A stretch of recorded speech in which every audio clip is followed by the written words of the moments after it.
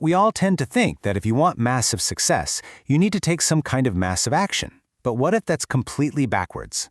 In this explainer, we're going to dive into James Clear's Atomic Habits and unpack its most powerful idea, that real, lasting change doesn't come from giant leaps, but from the combined effect of hundreds of tiny, everyday decisions.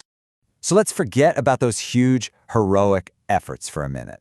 The whole book really boils down to this one question. What if you just got 1% better every single day? It sounds almost too simple to work, right? But the math behind this idea is, well, it's actually pretty staggering. And here's the proof. If you get just 1% better each day, by the end of the year, you're not 365% better. You are 37 times better. Let that sink in. That's not just adding up. That is the power of compounding. And it's the secret engine behind almost all incredible growth. And that brings us to the first big concept in the book, the 1% rule. It's this simple but profound idea that tiny, atomic habits multiply over time. But, and this is really important, this force works both ways. Yeah, this is the crucial part. That same powerful principle works in reverse. While getting 1% better makes you 37 times better, getting just 1% worse every day, making one tiny bad choice over and over, it erodes everything until you're left with almost nothing. Our daily choices are a serious double-edged sword. So, okay, if these tiny habits are so important, how do we actually build them? Well, this leads us to the next huge insight from the book. You have to focus on systems, not goals. And honestly, this is a total shift in how most of us think about getting things done. This quote right here says it all. You do not rise to the level of your goals, you fall to the level of your systems. Man, that's powerful. It basically means your ambition isn't what gets you there. It's your daily process. Your goals are about some point in the future. Your systems are about what you're doing right now. And here's the thing that really drives it home. Winners and losers often have the exact same goals. Think about it. The person who finishes the marathon and the person who quits after a week, they both wanted to cross the finish line. The goal wasn't the thing that separated them. The system was. All right, this focus on systems leads to an even deeper, more personal level of change, because it goes beyond just the things you do. The book makes a powerful case that your habits are really all about who you become. This might just be the most important idea in the whole book. If you want change that actually lasts, you have to stop focusing on what you want to achieve and start focusing on who you want to become. It's all about changing your identity from the inside out. Just look at the difference in mindset here. I want to run a marathon. That's a goal. It's temporary. But I am becoming a runner. That is an identity. The focus isn't just to finish one race, it's to actually be a runner. And that small shift changes absolutely everything about how you act. And here's how that works day to day. Every action you take is like casting a vote for the person you want to be.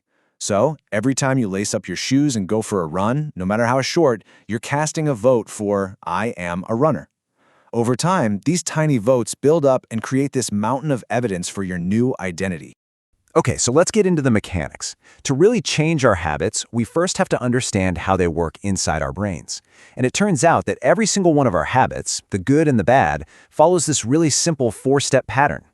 This is what he calls the habit loop. It always starts with a cue, which is just a trigger. That leads to a craving, which is the motivation or the desire. That craving then pushes you to a response. That's the habit itself. And finally, the response delivers a reward, which satisfies the craving and tells your brain, hey, that was good, let's do that again. Let's make this super simple with an example we all know way too well, your phone. The cue is the sound of a notification. The craving is that immediate spark of curiosity, who messaged me? The response is you pick up the phone. And the reward is that little hit of social connection. This simple loop runs our lives, often completely on autopilot.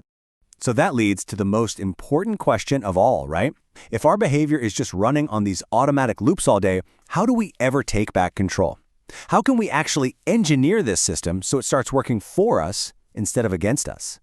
Well, the answer lies in what Clear calls the 4 laws of behavior change. It's basically a simple playbook designed to let you hack that habit loop. The laws give you a clear strategy for each step, how to make good habits obvious, attractive, easy, and satisfying. By mastering these laws, you get the practical blueprint for actually becoming 1% better every single day. Hey there! Today, we're going to crack the code on our daily routines. Yeah, we're diving deep into the invisible forces that shape our habits, and we're going to learn how to rebuild them, one tiny step at a time. Let's get into it.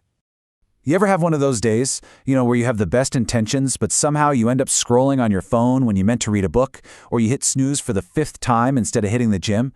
It can feel like you're in a constant battle with yourself, right? Well, it turns out there's a really good reason for that struggle. And that reason, it's invisibility. Both our good habits and our bad habits, they just run on autopilot. They're completely underneath our conscious radar. So, the very first step to getting back in the driver's seat is to simply see them. We have to bring a little awareness to these automatic scripts we're running every single day. And that's where we start, with the first law for making that happen. So, law number 1 of behavior change is as simple as it sounds. Make it obvious. You can't change a habit you don't know you have. It's really all about shining a big, bright spotlight on your behaviors so you can actually look at them and decide, hey, is this really working for me? And here is a super powerful tool to get you started. It's called the Habit Scorecard.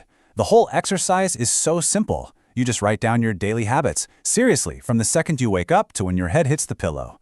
Then, you go through that list and you label each one. Is it a good habit, a bad one, or just neutral? And remember, this is not about judging yourself. No beating yourself up. The only goal here is awareness. Just seeing what's there. Okay, so once you're aware of a habit you actually want to build, you can program it into your life with this really clear formula. It's called an implementation intention. So instead of some vague goal like, oh, I'm going to exercise more, you give your new habit a specific time and a specific place. For instance, I will do a 15-minute workout at 7 a.m. in my living room. See how much more real that feels? It's concrete. It's actionable. And you can make these new habits even more obvious by linking them to ones you already have. This trick is called habit stacking. Think about it. Your current routines are already wired into your brain, so you can just use them as a trigger for the new thing. For example, after I pour my morning coffee, I will meditate for 1 minute. Your existing habit, pouring the coffee, becomes the cue. It's brilliant. And finally, for this first law, you have to become the architect of your own space. Your environment is like this invisible hand that is constantly guiding your behavior. So, if you want to eat more fruit, don't hide it in the fridge. Put a big bowl of apples right there on the counter. And if you want to watch less TV, get the remote control out of the living room. You got to make your good habits obvious and your bad habits totally invisible.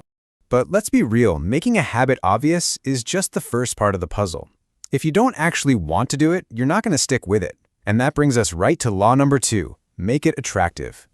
So the key to making something attractive lives inside our brains with a little neurotransmitter called dopamine. Now here's the wild part. Dopamine isn't just about feeling pleasure after you do something. It's actually released in anticipation of a reward.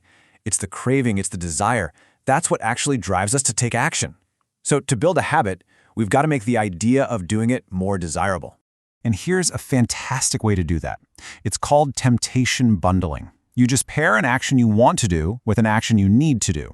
For example, maybe you only let yourself listen to your favorite podcast while you're doing the dishes, or you only get to watch your favorite show while you're on the exercise bike. You see, you're bundling that temptation right along with the habit. We're also massively influenced by the people around us. So one of the best ways to make a habit attractive is to just join a culture where that habit is already the norm. We humans, we tend to copy the habits of 3 main groups. The close, that's our friends and family. The many, our tribe or our social group. And the powerful, those people we admire and look up to. Okay, so we've made our habit obvious. We've made it attractive. But now we run into what is often the single biggest hurdle, the effort involved. And this brings us to law number 3, which is all about making your habits as easy and as frictionless as humanly possible. This is just a fundamental truth of being human. Our brains are literally wired to conserve energy. That means if you give us 2 options, we will almost always drift towards the one that requires less work. And we can complain about that, or we can be smart and use it to our advantage. Here's exactly how you do it. For good habits, you want to reduce the friction. Want to practice guitar more? Don't keep it in the case in the back of the closet. Put it on a stand right in the middle of your living room. And for bad habits, you do the exact opposite. You increase the friction. Want to stop scrolling your life away? Delete the social media apps off your phone. Make yourself log in through a browser every single time. Make it a pain. And one of the most powerful, truly powerful, techniques for making habits easy is something called the 2-minute rule. The idea couldn't be simpler. When you start a new habit, it should take less than 2 minutes to do. That's it. 2 minutes. So, instead of a big, scary goal like read for 30 minutes every night, your new goal is just read 1 page. Your goal isn't go for a 5-mile run, it's put on my running shoes. You're just making the starting ritual so unbelievably easy that you can't possibly say no. Now, what is so essential to get here is that the 2-minute rule isn't really about the results. It is about mastering the art of showing up. The goal isn't just to read a book. It's to become the type of person who reads every day. And that new identity, it all starts with that simple act of just beginning. Because ultimately, this is what building habits is all about. It is not about some heroic one-time effort. It's about small, sustainable actions that you repeat over and over and over again. Showing up for 2 minutes every single day is infinitely more powerful than one 2-hour workout you do once a month. It's true what they say, consistency always beats intensity. So making a habit obvious, attractive, and easy, that's what gets you in the game. That's what gets you to start. That entire journey, that new identity you want to build, it all begins with this one simple question. What will you master for the next 2 minutes? What's one tiny step you can take right now to get started? All right, let's dive right in. Today, we are breaking down one of the most important rules for making good habits actually stick, all coming from the amazing book, Atomic Habits. So let's kick things off with a question that I think we've all asked ourselves at some point. You know, you decide you're going to start working out, and it feels like pushing a boulder uphill. But grabbing your phone for a quick scroll happens without even thinking. What is going on there? Well, the answer really comes down to this idea called the gratification gap. And this right here, explains that constant battle that's happening inside our heads between what feels good right now versus what's actually good for us in the long run. And this really gets to the heart of it. Our brains, they're basically wired from thousands of years of evolution to want one thing, an immediate reward. Think about it. Eating a cookie gives you that instant sugar rush. The reward for eating a salad? Yeah, that payoff is weeks, maybe even months down the line. Bad habits almost always win in the short term because that reward is right there, right now. So here's the kicker, and this is so important. Your brain doesn't care if something is good for you, it only cares if it's immediately rewarded. This is the absolute core rule of behavior change. If you want to build a good habit, you have to, somehow, find a way to make it feel good now. Okay, so that's the problem. What's the solution? How do we actually work with our brain's programming instead of constantly fighting against it? Well, we've got to bridge that gratification gap. We need to hack our own reward system. And that brings us to the fourth law of behavior change. Make it satisfying. The idea here is actually pretty simple. We have to find a way to give ourselves an immediate win, a little hit of satisfaction the second we do that good habit. It's like a little trick we play on our brain to make it want to do it again. Okay, that sounds great in theory, right? But what does this actually look like day to day? How do we apply this? Let's get into the toolkit and look at one of the simplest but most powerful tools you can use starting literally right now. The habit tracker. It is so simple, but wow, is it effective. Why? Because it's visual. Every single time you draw that X on the calendar, you get a tiny little jolt of satisfaction. You're creating physical proof of your progress. And seeing that chain of X's get longer and longer, that becomes its own reward. The desire to not break that chain becomes a huge motivator. But let's be real for a second. Nobody's perfect. Life happens, right? You're gonna miss a day. It is inevitable. So the big question is, what do you do then? Do you just give up? And this is the golden rule right here. Never miss twice. Look, missing one day, that's just life. It's an accident. It happens. But missing a second day in a row, oh, that's different. That's not an accident anymore. That's the beginning of a new habit, the one you were trying to avoid. The goal isn't perfection. It's just to get right back on track the very next day. All right, so you've got the habit tracker going, you're not missing twice. So what's next? Let's level up. Let's talk about a couple of advanced strategies to make sure these habits don't just last for a few weeks, but for a lifetime. Okay, this one is huge. Seriously, you have got to play the game where the odds are in your favor. If you are a naturally competitive person, maybe joining a sports league is the way to go. But if you're more introverted, maybe a solo habit like learning an instrument with an app is a better fit. When you align your habits with who you are, the satisfaction feels natural, not forced. And how do you stay motivated for the long haul? This is where the Goldilocks rule comes in. It's brilliant. Our brains love a good challenge, but only if it's in that sweet spot. Too easy and you get bored. Too hard, you get frustrated and quit. The secret is to always be working on something that is just on the edge of your abilities. Not too hard, not too easy, just right. So how do you stay in that Goldilocks zone? It's all about aiming to be just 1% better. That's it. We're not talking about huge, massive leaps.